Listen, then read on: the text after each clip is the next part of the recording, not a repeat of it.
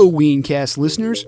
We're going to take you to the episode in just a second. But first, we wanted to take a minute to tell you about our awesome Patreon page. If you dig our podcast, then you should check us out at patreon.com. There, you'll find tons of exclusive material not found on our regular podcast. Yes, exclusive episodes, bonus tracks, and other especially brown shit. We've got rare tracks straight from legendary taper Fred Moore's own private vault, including a truly bodacious Sorry Charlie, as well as part 2 of our epic interview with Claude Coleman, drummer of Ween, of course, where he shares such shit as how he came to join the band. Hint, couch surfing at the pod was involved. And a conversation about, and among other things, the pandemic with Tomato 11, band leader of Sound of Urchin and Ween friend. We're just scratching the surface here.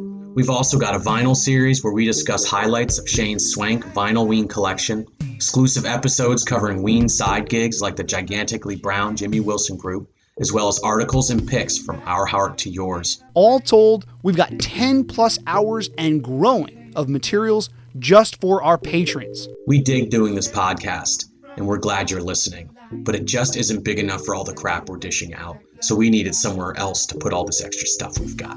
So check us out at patreon.com/Weencast podcast. See ya! And now, back to the episode.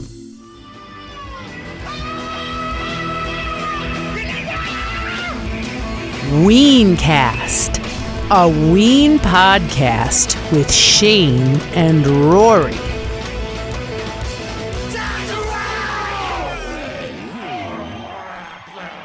Hey, what's up? This is Shane. And this is Rory. And this is Weencast. Yes, it is, indeed. And we welcome you to a new episode. How is everybody doing? I'm doing great, Shane. How are you? Good. Before we get into it, we just want to thank everyone for all the submissions for the 2021 Weencast Megatacular Fan Favorite Story Contest. Yes. Thank you very much, everybody. We get a lot of great submissions.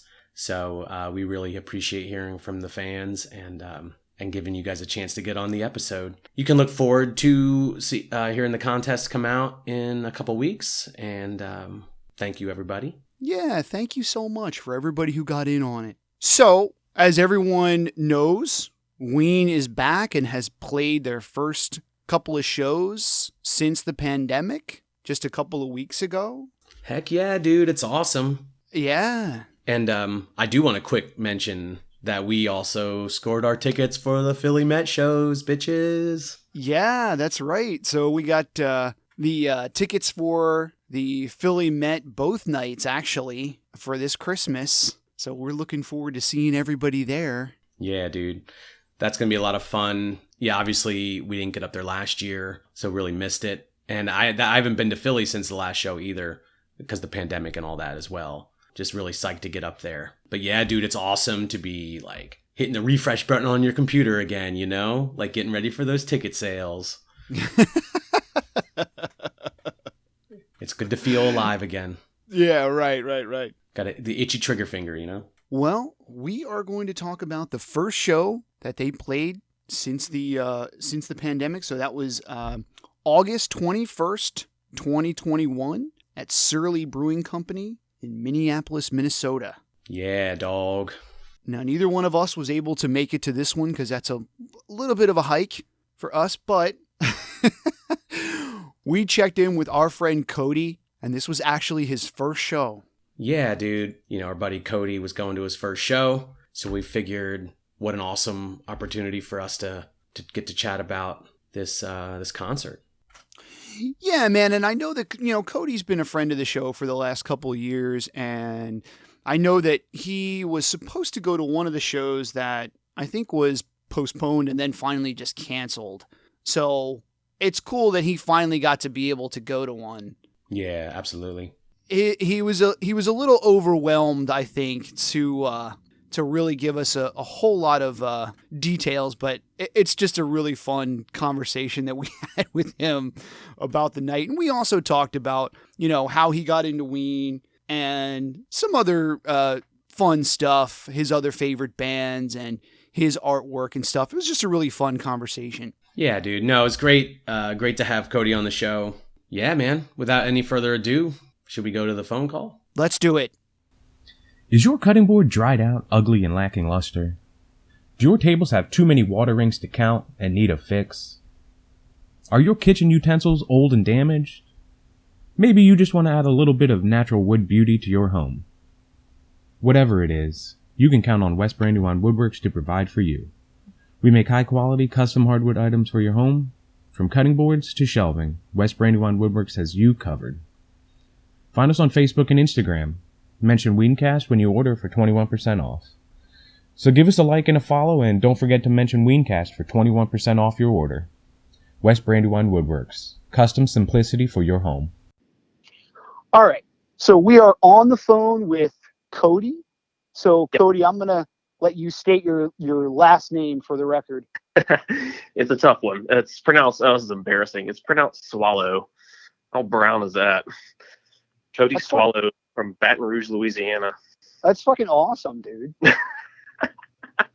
That's a cool name, dude. That's fucking cool as hell. Oh, I appreciate it. Yeah.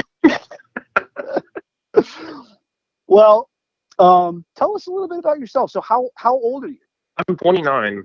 Okay. I first was introduced to Ween in, I want to say, 2011. And it's just been a slow ride of understanding what this whole world is about. And it gets every day I fall even more in love. And I've never been part of something as grand as this whole flam Ween thing is. Yeah, dude, that's fucking awesome. So do you have a memory of like the first time you've ever heard them? Back in probably, I guess it was around 2011. The first song that was shown to me was Happy Colored Marbles. And I didn't quite understand what I was hearing, but I was deeply attracted to it and immediately went out and bought Quebec, which led me to the mollusk and chocolate and cheese. And it's just been like a crescendo of discovering all this stuff. And just throughout the years, I'm finding more and more at this point. It's mostly the B-sides that I'm discovering. And yeah, it's just a never ending journey, it seems. And it's just a lot of fun. Yeah, man. So what was this? Was like somebody that had played you this track? Like you got to check these guys out kind of thing or what? I was hanging out with some friends, and one of them was dating somebody from out of state. He was in town, and we were just sitting around putting on music, and he's like, y'all ever heard of Ween? And I guess technically the first time I ever heard of Ween was years before this when I was playing the Tony Hawk games, and It's Gonna Be a Long Night was on a soundtrack. And I immediately just kind of dismissed them as being like a Motorhead kind of wannabe band. And then years later, when Happy Colored Marbles fell into my lap, then I was like, okay, so Ween is not what I thought it was. And the rest is just kind of history, I guess. That's right. Now that you mention that, I remember that was kind of your story from our contest from last year. That's right.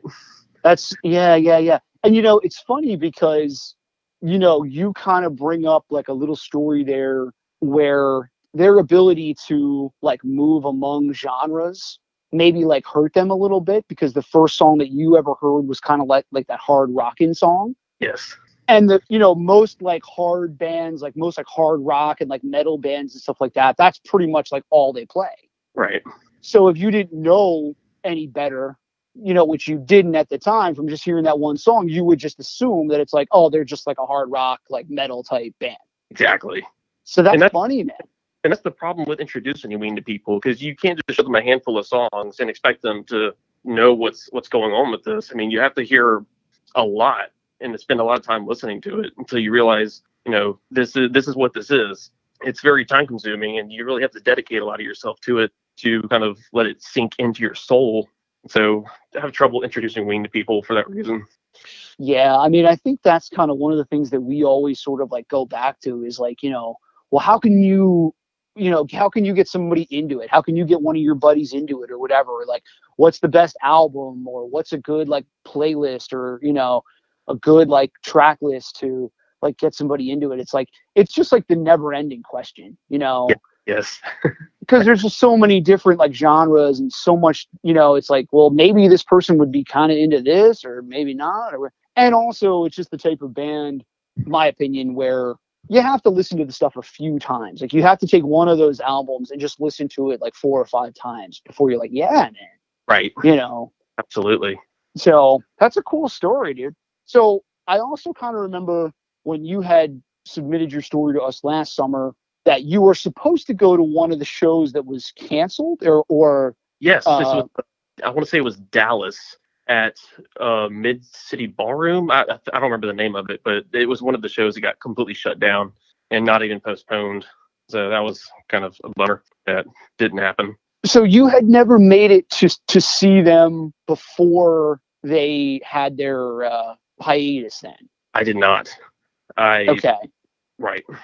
Were there shows like in your area that you just didn't make it to, or? I from what I've heard, they did come to New Orleans, which isn't far from me at all. But that was around the time that I wasn't really in it yet. I wasn't dedicated, and I didn't really. I hadn't yet been embraced by the Boognish basically at that point in time. So, and I didn't really travel a whole lot, even if it was that close. So at this point in time, I'm completely in it, and I just took 4 flights to get to Minneapolis this past weekend. So things have changed, and I'm hoping to come to Louisiana in the future.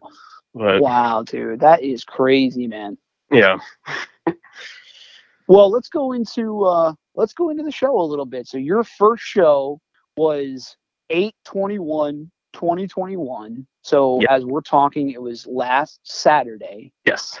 And it's Surly Brewing Company in Minneapolis, Minnesota. Yes. So correct. do you want to tell us a little bit about how you got there? So you took 4 flights to get there? Well, 2 flights to get there, then 2 coming back, but it was all in one weekend, and it was all coagulated, and it just full chaos, basically.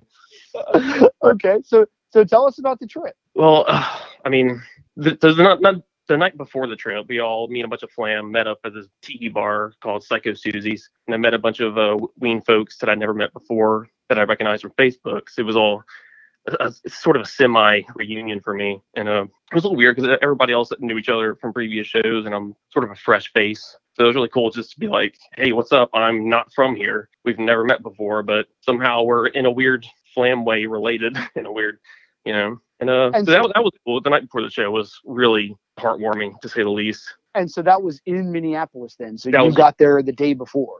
Yes. Okay. And you just went by yourself? I went alone. And a lot of people may know Sonia Majeski from Michigan, who of a cult Boognish fame. Right. Yeah. So she was there as well? Yeah, we were hotel neighbors. Yeah, we're next door neighbors in their rooms. And so I spent a lot of time with her and boyfriend. So they were there, and they were kind of like my rock, just kind of like, so I wasn't completely alone. Yeah. So that was really nice. Dude, that's awesome, man. I mean, Yeah. just, basically just saying like, look, I'm going, and whoever else is there, awesome. I'm just gonna, hook up with them, and that's great, man. Good for you. Thank you. And one of the first people I met there was Larry Spielberg, who we all know, an absolute sweetheart, and one of the more welcoming people to the family. So shout out to Larry. That is cool, man. And so did you do anything then that day before the show? That night, we spent pretty much all night at the bar, and I ended up at my hotel room. And to fast forward to the next day, I let Sonia and her boyfriend go off and do their little couple thing, and I went wandering around Minneapolis by myself and got lost for about 4 hours wandering around, trying to find the venue, going in the complete opposite direction of the venue, and then eventually finding the venue at Surly Brewery, and then just stood in line for about 5 hours. So, wow. So I'm assuming that this was your first time to Minneapolis. Yes, first time to Minneapolis. Okay. I get out of Louisiana often, so this was a big adventure for me. And so how long of a trip is it for you? How long did it take you to get there? I mean, 2 flights. It's hard to. The whole thing was just so jet lagged. It's hard to even really give an accurate answer to that. Probably a total about 8 hours, maybe. I don't know. My whole memory of this whole adventure is so blurry. It did not feel real at the time, and it definitely doesn't feel real now. Seeing Ween live in itself, it feels like a dream. It feels like I just saw Bugs Bunny in real life or something. Totally. I'm still a little jittery about it. It's like, wow. Good time memory. Well, is there anything about that day leading up to the show that did you get to meet anybody else or anything that you or was it just trying to make it there and then waiting in line? I met a few people. Names are escaping me at the moment, but just people coming and going, and I'm just meeting whoever I can. Right. But I was so jittery about to see Ween. So I'm like, I couldn't even concentrate on holding conversations. I'm just sitting there, my mind's just going a million miles an hour, just knowing where I was at the time. It's just the best. So good. All right. Well, should I read off the set list then? Sure, absolutely. Okay. So the HIV Song, The Golden Eel, Polka Dot Tail, Piss Up a Rope, Nan, Touch My Tutor, Transdermal Celebration, Stallion Part 1, Birthday Boy, Voodoo Lady, Frank, The Mollusk, Mutilated Lips, Roses Are Free, She Fucks Me, Zoloft, Take Me Away, Stroker Ace, Boys Club, Buckingham Green, The Final Alarm, The Argus, Spinal Meningitis, Albino Sunburn Girl, Sorry Charlie, Your Party, She Wanted to Leave, and then again, the HIV Song. Yes. HIV Song, so good. That first HIV Song was amazing because at first they were just hitting wrong notes all over the place, and it was just beautiful, and they were just smiling about it. It was amazing. You know, I said in a couple of our episodes that like it doesn't matter how big the place is or how, you know, like grand the show is, there's always been a feeling of like we're just fucking around. Yes. Yeah, it definitely had that vibe, and they were just having fun to be back on stage. You could just see it.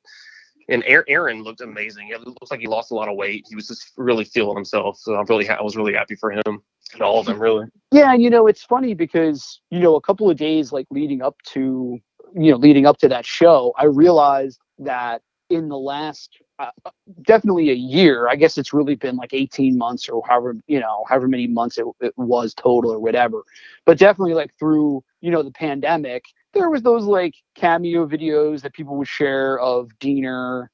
And, you know, I think there was a couple of things like, you know, we got to talk to Claude and, you know, but like, I don't think there's really been anything with Aaron like on it. Right. Yeah, he's kind of doing his family life. Yeah, so it's just kind of like, what's Aaron going to look like? You know? Right. Right. Totally. So you were pleasantly surprised then? My expectations were blown away. I mean, they were already high, but I still don't have the words to properly explain like just what was going through my soul that night.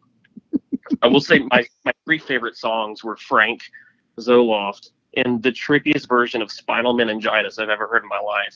That just felt so good. And Diener going into Birthday Boy, I'll tell you, tears were shed. It was just really? a very night. Oh yeah. Well, before we get too into the song, so can you tell me a little bit about this venue? So we're at Surly Brewery, which was gigantic. It was almost like a campus, just pristine, just clean. The beers were great. The venue itself was outdoors behind the brewery, the big festival field with a really nice stage. And no, it was just like your kind of typical concert setup, and it was just really, really nice all around. Okay. Tons of people. Yeah, so I was going to say, so can you give like a guesstimate as to like how many people you think? Oh God, hundreds at the least. I mean, you should have seen the line for the merch table. That was like coming in waves, like hordes. Yeah, the place was packed, basically. Wow. And do you know, was this sold out? I want to say it was, to my knowledge. I want to say I saw some sold out posts here and there online, but it definitely sold out. Yeah, I mean, I would have to imagine so, being that, you know, because this was a show that was postponed. Am I right? Yes, it was postponed once. I want to say maybe twice. I don't know, but it was right. postponed. Okay. But and as far as you know, it was only supposed to be one night, though. Am I right? Yes. Okay. So it wasn't like they were originally supposed to do 2 nights there, and then they just made it one. I think it was always supposed to be one night, as far as I'm aware. Okay. All right. So you mentioned a couple of your favorite songs. So one of the questions I have down here, which I guess you've already answered, was the show up to your expectation? Yes. And beyond. Like it's just magical. It's just the whole vibe of the place. And I honestly can't explain it. This being my first time, and this being the event that it was, coming after everything getting shut down, I mean, people were lit in every kind of way. It's just the energy was amazing of the crowd and the band. And that's great, dude. The show itself flew by. Like it felt like it was just a couple hours, and I'm sure it was longer. And we were all hoping for an encore, but they had some kind of what do you call it? Well, basically the venue made them shut it down when it was supposed to shut down. So Right, like a curfew. curfew. That's right. Yeah. Okay. Well, that's kind of lame, but I mean, being that Ween is one of those bands where like there's no opening act and there's no, it's like I can tell just from the set list. I mean, I didn't look at a whole lot of like YouTube videos or anything like that. Like it's a decent length. Sure. Yeah, but never long enough. No, of course. I mean, obviously you want it to be another like hour long. I mean, yeah. that's a given, Sure. So you mentioned a couple of your favorite songs. Is there anything else that jumps out at you in terms of like, oh my God, like this was just a ripping, rendition of that? Let's see. Oh, Voodoo Lady. That, which if I'm not mistaken, it led into Final Alarm. I could be wrong about that. But Final Alarm, I was surprised to hear because I had actually just discovered that song just a couple weeks before the show. And so that was like something crazy to me in itself. Final Alarm is freaking nuts. So I was happy that got played. I was hoping for a Laura some point in the night, but I'm a huge Pod fan. I'm kind of a nut for that one. Big Pod. We'll get to that stuff in a second. Okay. There is a couple of I don't know how to like grade them anymore, but like in terms of like the rarities, like if I look at Brown Bass, I mean, first of all, Polka Dot Tail, that one jumped out at me already, and that's total times played 41. The Stallion Part 1 is kind of one that they started like bringing back after they came back, so that's 44. And then Boys Club, I would say that's probably the same kind of thing there. Like one that they only really started playing like once they returned, so that's 36. Yeah. So I guess that would still be the most rare of all the stuff that they played. But Final Alarm is up there. I mean, when you look at it, I think it's 107. Okay. So that's still a pretty low number in terms of, Yeah. Times played. And I remember when that first started coming around, and that's like I don't know exactly when, 2001, 2002 era song. It's cool you mentioned Boys Club. When that was fun. That's I feel like the vibe of the whole show kind of transitioned when that came on. It just went from like a dark stallion vibe, and then here comes Boys Club bouncing along. Did they bust out just like the hand like instruments, like the clickety clackers and stuff? It's just I remember a tambourine. That's about all I remember at this point. Okay. My brain is fried. Yeah, I remember seeing them do that in Philly in I think 2018, and it was just broken down until each member just had a little like hand instrument just. Yeah. So yeah, that's definitely a fun one. Oh yeah. I'm trying to think of anything worth noting, but like I said, this whole thing is just a blur in my brain. Well, as long as it led up to your expectations, as long as it was up to your expectations as a first show, I couldn't have asked for anything more, to be honest. I mean, I can't say it enough. My expectations were fucking shot. Was there anything that you really wanted to hear them play that they didn't play? I was hoping for Laura. That's my favorite song off the pod. Okay. What Diener was talking about is probably one of my top 5 Ween songs. I was hoping for that, but I can't complain. What I got was just the best night of my life. So no complaints from this guy. Wow, that's amazing, dude. Really 6 stars. Yeah, that's great, man. You would say that the pod is your favorite album, even though Quebec is the first one that you had sort of gotten into? 100%. Something about the pod, man. I don't know, but it almost seems like human beings did not write those songs. It's almost like they grew from the dirt, which from my perspective is where the whole Brown thing comes to mind for the pod itself. It's almost like it's been floating around through the universe for all of the existence. It's a weird one, and it really strikes a chord in me. The old pod. Yeah, I think it's definitely one of those albums that, I mean, all of their albums are ones that just keep coming up and coming up and coming up. And you have those people that are, they'll just keep coming back to those records but I think the pod is the one that's sort of like the furthest out there without going like over the cliff Right. completely. You know, it's like it's the hardest one to like get into, in my opinion. But once you have heard it enough and you've like absorbed it enough, it just sticks with you. Yes. And I just think that's the album that, in my opinion, Ween fans would go to right away as like, you know, oh yeah, but are you down with the pod? You know what I mean? Because it's Sure. like even like God, Ween, Satan, even though it's their first album, it's more like accessible. It's got like a hard, you know, it's got a harder like punk rock kind of thing to it. Sure. You know, and whereas the pod, it's just like you said, it's like, who the fuck came up with this? Like, what, you know, what am I listening to? The first, you know, Right. couple of times you hear it. So that makes total sense. So when you first started getting into them, would you buy CDs or do you collect records or what how did you listen to these albums? I was more of a CD guy. I never really got onto the vinyl boat, but CDs were my gateway, and also just like streaming stuff. Okay. Yeah, Quebec was my first album, and then Mollusk was my second album I got into, and then I want to say Chocolate and Cheese. So those were my top three first adventures in Ween. Okay, all right. Well, it's cool to hear. I mean, it's, you know, it's from back, you know, 10 years ago. So it's not like it's so recent, but it's cool to hear, you know, your story and like right away you kind of went to like those records as opposed to, you know, I just feel like modern music, everybody is just like, oh, okay, let me just like look it up on YouTube and just play like random tracks. Sure. You know, so do you consider yourself more of like an album guy? Oh, totally.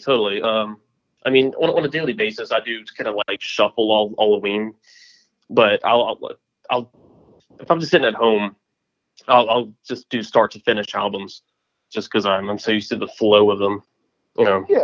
Yeah, right on, man. I don't know. I'm kind of all over the place with Ween. It depends on the day and my mood, you know, in my attention span.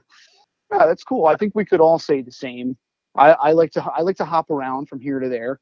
I've heard all the albums enough times that it's like I don't feel like I'm doing a disservice if I Right. jump around a little bit. Right. Absolutely. Well, before I forget, just going back to the show for a second, did you get any merch yourself? I did. I got a shirt and one of the posters, and luckily I was one of the first in line, because once I was actually up at the stage, I looked back and it's just like the line at the merch table was insane, and I mean, it was like half the crowd that was there was just standing there in that one spot just in line for this stuff. And so yeah, I got my stuff, and I'm looking at it right now on the wall. And it's kind of that ocean themed poster. It's like the Cthulhu kind of thing.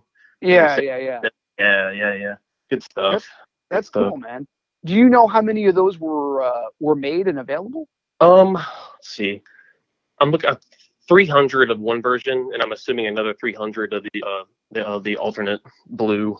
So plenty that I'm sure is not around anymore near Surly Brewery. Yeah, okay. I didn't know that there was two different like versions of it. Yeah, the same graphic is just different colored. So yeah, that's cool, man. That's cool.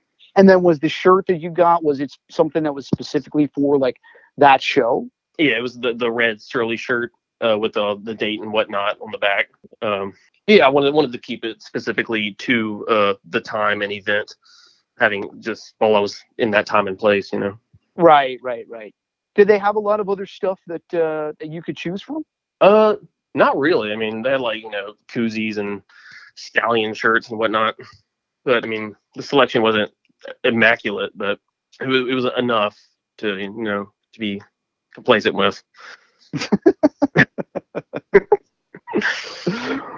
Do you have a so if you're not a vinyl guy, do you have any other like Ween pieces that you collect? Do you collect other posters or anything like that? Slowly starting. Not really to that point, just like a handful of CDs, and I'm an artist on the side, so I kind of design my own Ween logos and whatnot.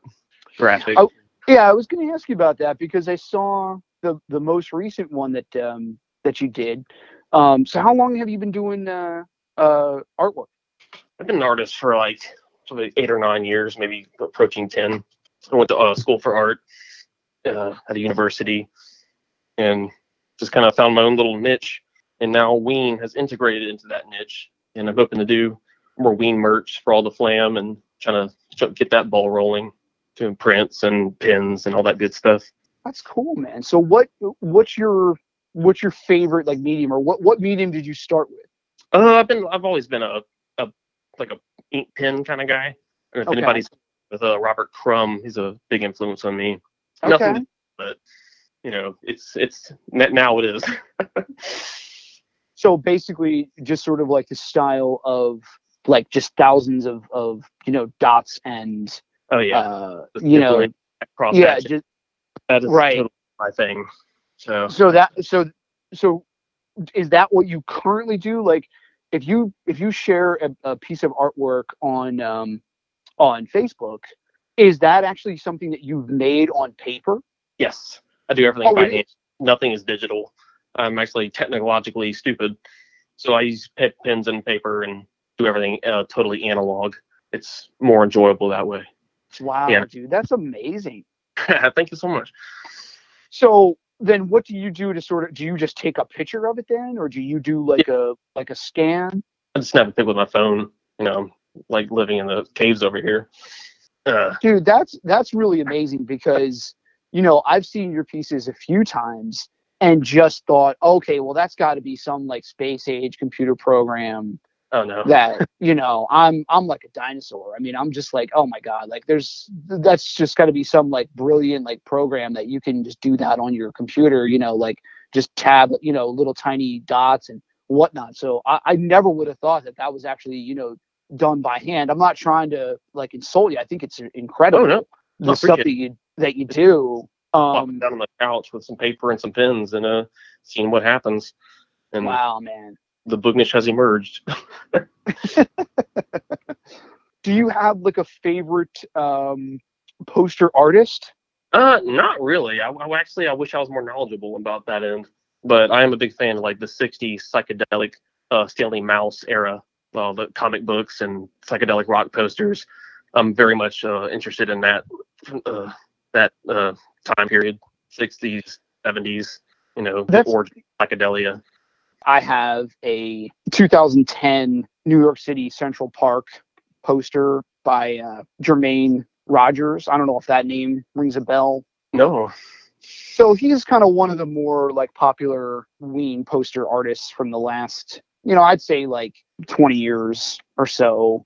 And I have a foil print of that one, which I think there was only 100 made. So that's probably like the most rare one that I have. I have a few that like I've never even done anything with, or just like in the tube. Like you run out of wall space, and like they're so expensive to get framed. So I have a lot of stuff that like I've never even gotten framed or anything. It's just like in the tubes still. Yeah. Todd Slater, that's the other one. I have a couple of Todd Slater posters. The one that I've never gotten anything done with, but it's sort of like the pride of my collection, is from 2006. They played a show at the Allentown Fair in Allentown, Pennsylvania, with the Flaming Lips and Sonic Youth. Nice. So it was Sonic Youth, the Flaming Lips, or no, it was Sonic Youth, then Ween, then the Flaming Lips. Okay. And there's a really cool poster that I wasn't able to get one that night, but I got one like 2 weeks later on eBay or wherever it came from. I can't remember, but I just never got around to like doing anything with it, getting it framed. It's still just in the tube. Just well, from a collector's point of view, I mean, there's nothing wrong with that. Just owning it is like half the battle. Right. It's like, I don't think I would ever sell it, but I don't know that I'll ever get around to like doing anything with it. And it's like, oh well, I still have it. Right. Yeah. So anytime the Flaming Lips are mentioned, that's always they have a very visually potent energy about them. The band itself. Yeah. So do you have any other favorite bands? Flaming Lips, is that your other? Would you consider that to be your second favorite band? My second favorite band is Steely Dan. Big time. Really? Yes. And Butthole Surfers is around the corner from then on. So Grizzly Bear and I mean, honestly, it always comes back to Ween. Like, I don't even know what I listen to besides Ween at this point. Like, just a Freeman band or Dean Ween group. It's all, I'm all stuck in this one little world that I'm totally fine with being stuck in. It's rare that I kind of branch out to other stuff, which is, I kind of fault myself for that, but I really don't care. So you're a Ween and then Steely Dan guy. You'd say your top two bands are Ween and Steely Dan. Yes, but not 95% Ween. I can't. And you're not just saying that to fuck with me on the Steely Dan thing? I mean, no, I love Steely Dan, like, through and through. Asia is an amazing album. Gaucho might be my second favorite album ever after the Pod. I listen to all kinds of stuff. It's just, it's mostly just Ween. Let's see. I do appreciate me some Steely Dan. Oh yeah, they're amazing. I mean, it's really, if I'm not mistaken, I don't know too much about them, but it really is just like the session, like, musicians. Am I right? Sure. They're just solid, just a solid studio band. I mean, they're just the most polished music I've ever heard in my life. They're pretty much the opposite of Brown. I have a list of my top 10 albums written down right here, actually. Please, we'd love to hear it. So we go The Pod, and then Locust, Abortion Technician, Butthole Surfers, Gaucho, Steely Dan, Shiny Beast, by Captain Beefheart and his Magic Band, Discovery, Electric Light Orchestra, Atom Heart Mother by Pink Floyd, You Are What You Is, Frank Zappa, Feels, Animal Collective, and then there were three, Genesis, and then Captain Fantastic and the Brown Dirt Cowboy, Elton John. Those are my top 10 albums. Wow, dude. In a nutshell, that's it. Well, I'm also a fairly big Zappa and Captain Beefheart guy. What makes you land on Shiny Beast? I don't know. That's like my other pod. It's far out, and it feels right. That's all I can really say about it. I don't know. It stirs up images in my head, like from an artistic standpoint. Pod and Shiny Beast, they just conjure up sort of the depths of my mind, I guess you could say. That's trying awesome, to be dude. super pretentious right now, but that's what it is. No, man. I mean, it's kind of refreshing to hear someone not say Trout Mask as their favorite Beefheart. Yeah.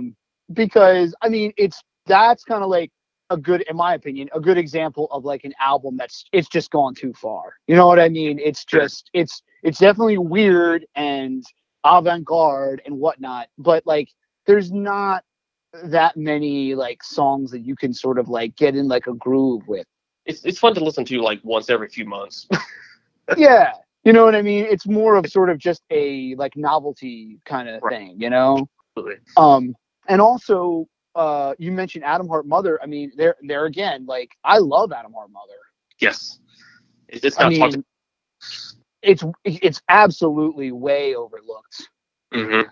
I mean, I really love Dark Side of the Moon. I think Dark Side of the Moon is one of, if not the best albums of all time. So I've said on the podcast before, like if I'm asking somebody about like what's your favorite Pink Floyd album, I might say like, what's your favorite Floyd album besides Dark Side?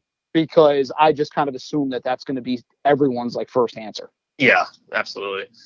I will say their best song is Echoes, but that's just me.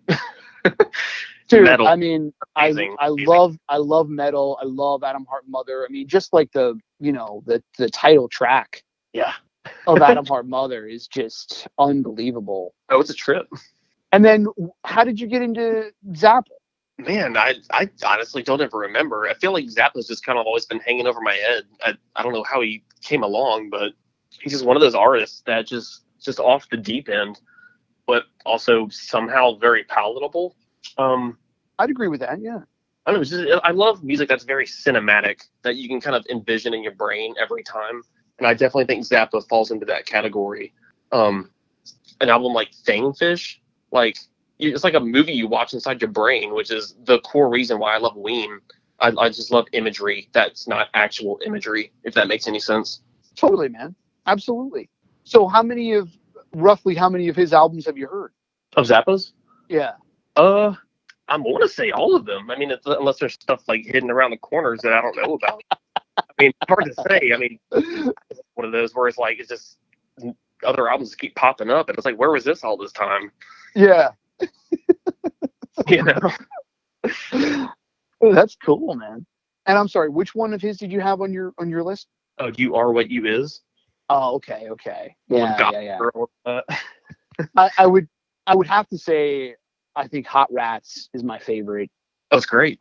Instrumental. Zappa, yeah, like, you know, and that was like, I'm pretty sure that was the first one that was just billed as Frank Zappa. Yeah. Instead of Mothers. I mean, I like some of the ones that came before it too, but that one's always been my favorite. And when Zappa's jazz albums are a trip too. It's like Jazz from Hell. That is just complete insanity. and like I don't even know. Some of the later ones, like when you start getting into like the Synclavier stuff, mm-hmm. I think that's one of them. It's like, yeah, then you kind of like lost me a little. Yeah. You know, I mean, I appreciate that, you know, he was like a big pioneer in terms of like, okay, any way that you can like make music. Yes. You know, and that was sort of one of the first like computerized ways. But it's just like, it just wasn't there yet. It just wasn't like, you know, in my opinion anyway, it just wasn't, you know, I mean, it's cool that he could just do everything himself. And I think that's probably why he started like leaning on that. It's like, okay, I don't need the whole band and all of like the bullshit with like hiring guys and taking everyone around the world and whatnot. I could just sit in the room and just make this myself. Sure. But it just wasn't like far enough along yet. You know, it's like, it's the only person that I've ever heard of that used that like system. Mm-hmm. You know, I think that's probably for a good reason. Sure. I mean, I guess it's got its fans, the Synclavier. Like, I'm sure there are people at the time, at least, who were like, "Oh yeah, Synclavier," you know. But it's like, I don't know, that shit's pretty weird, man. You know. So that it never gets weird enough for me. Like I'm always trying to push the envelope as far as what I consume musically. I mean, I'm looking at some of Zappa's songs right now, and his titles are just like frogs with dirty little lips, G-spot tornado. It's just like, what the hell? Yeah, absolutely. Well, do you have you had mentioned Freeman by Aaron. Yeah. Do you have like a favorite Ween side project or like favorite like side project song, so to speak? Marvelous Clouds is one that I always go back to, which is a Rod McEwen covers, and it's just the prettiest sounding album that I've ever heard in my life. And it actually got me into Rod's music, and he's just total poet. And to hear those two worlds collide with Aaron and Rod, it's just ear candy through and through. And it's just my top feel good album. But that and Freeman Band, which I'm hoping for a second album from them, because I just eat that stuff up just all the time. Dude, that's so great to hear you say that, because I know that at least at the time when it came out, Marvelous Clouds was kind of like, you know, looked down on a little bit, I think. Mm-hmm. But I've always loved it. It's amazing. I mean, from like day one, I was like, wow, this is, you know, it's not quite as like hard as some of the, you know, Ween stuff, obviously. Right. But it's just like you said, it's beautiful. I think it's a beautiful record. Absolutely. And Freeman, you know, I love that record a lot too. Yeah, Blackbush is like I love Blackbush and Golden Monkey. Those are just solid tracks. I mean, the whole album is amazing, and I wish Aaron would put more of that material out. You know, I wish they would incorporate some of the some more of the side project stuff in with the regular like Ween set. I don't, you know, I don't see why they couldn't. I just feel like it's like there are tons of other bands who have done that, and it's like, hey, it's still, you know, it's still by you, it's still by one of you guys, like, you know, and everybody loves it. You know, I mean, especially Freeman. I don't think there's quite as many fans of Marvelous Clouds, but you know, the Freeman album. I mean, I know everybody, you know, loves that record. Yes, and even Dean Ween Group. I mean, there's no reason why they couldn't toss some of those tracks on stage. I mean, right. When they're playing Stroke or Ace and stuff, I mean, it would fit right in, you know? Right. Yeah, I guess that's kind of one of those things where it's like, okay, we always chalk up those kind of questions to like, that's the business of the band. Yeah. We can't speculate, we shouldn't Sure. speculate. So I don't know, but it just was like, hey man, bring some of that stuff, to life, bring some of it back, All right, Cody. Well, we'll kind of wrap things up here. Is there anything else you want to say? Is there anything that you look forward to? You just want to see like another show, I'm assuming? I just want to get to the next show that I'm able to. It's tough with a day job, but if I can scramble up somewhere, I definitely would like to. And yeah, it's definitely on the agenda. It's high up on it, actually. I actually have a fresh tattoo that I got today from my good friend Ren Wolfram, who was about an hour away from me. I got a boognish with the date the date and the city Minneapolis inside the boognish face. So I got a little memory piece for my first Ween show. So wow, man, that is amazing. So you not only got the shirt and the poster, you got the tattoo also. I got a tattoo to go with it. The memories are man. So that's just amazing dedication, dude. Man, so, I've never loved anything as much as I love this band. I mean, I'm in it to win it. I'm just everything about it. Love it. So much love. That's great, dude. Well, I have one final question for you. Sure. Do you consider yourself to be Team Jeaner or Team Diener? Jeaner. Aaron Freeman is my hero. I love that guy. I love all the dudes in the band, but Jeaner is my guy. 100%. That's fucking awesome, dude. Which I feel like you don't hear that often from people because, Diener is Diener. So, but I have a special connection with Aaron for sure. I honestly don't even know if I could answer because I just, I love both of them. 100%. It's like, I'm good at putting people on the spot, but I don't know that I could actually pick. Yeah. So I thought about it and I'm like, I don't know. He's probably my top spirit animal. My stallion. All right, dude. Well, we want to thank you so much for being with us. Thanks for having me. This was fun. Okay. So that was our phone call with Cody. We want to say thank you again so much to Cody for checking in with us and giving us the wrap on the Minneapolis show. Yeah, thanks so much, Cody. And we look forward to checking out your submission on the for the contest. And, thanks a lot for that as well. Yeah, totally. That's pretty much all I got. Yeah, man. Hit us up on Anchor anytime. Even though the contest is over, you can still leave us a message with whatever you want to say. And, hey, we might even play it on the show just for fun. So hit us up with anything. Yeah, drop us a line, people. And thanks for listening. All right, everybody. Peace.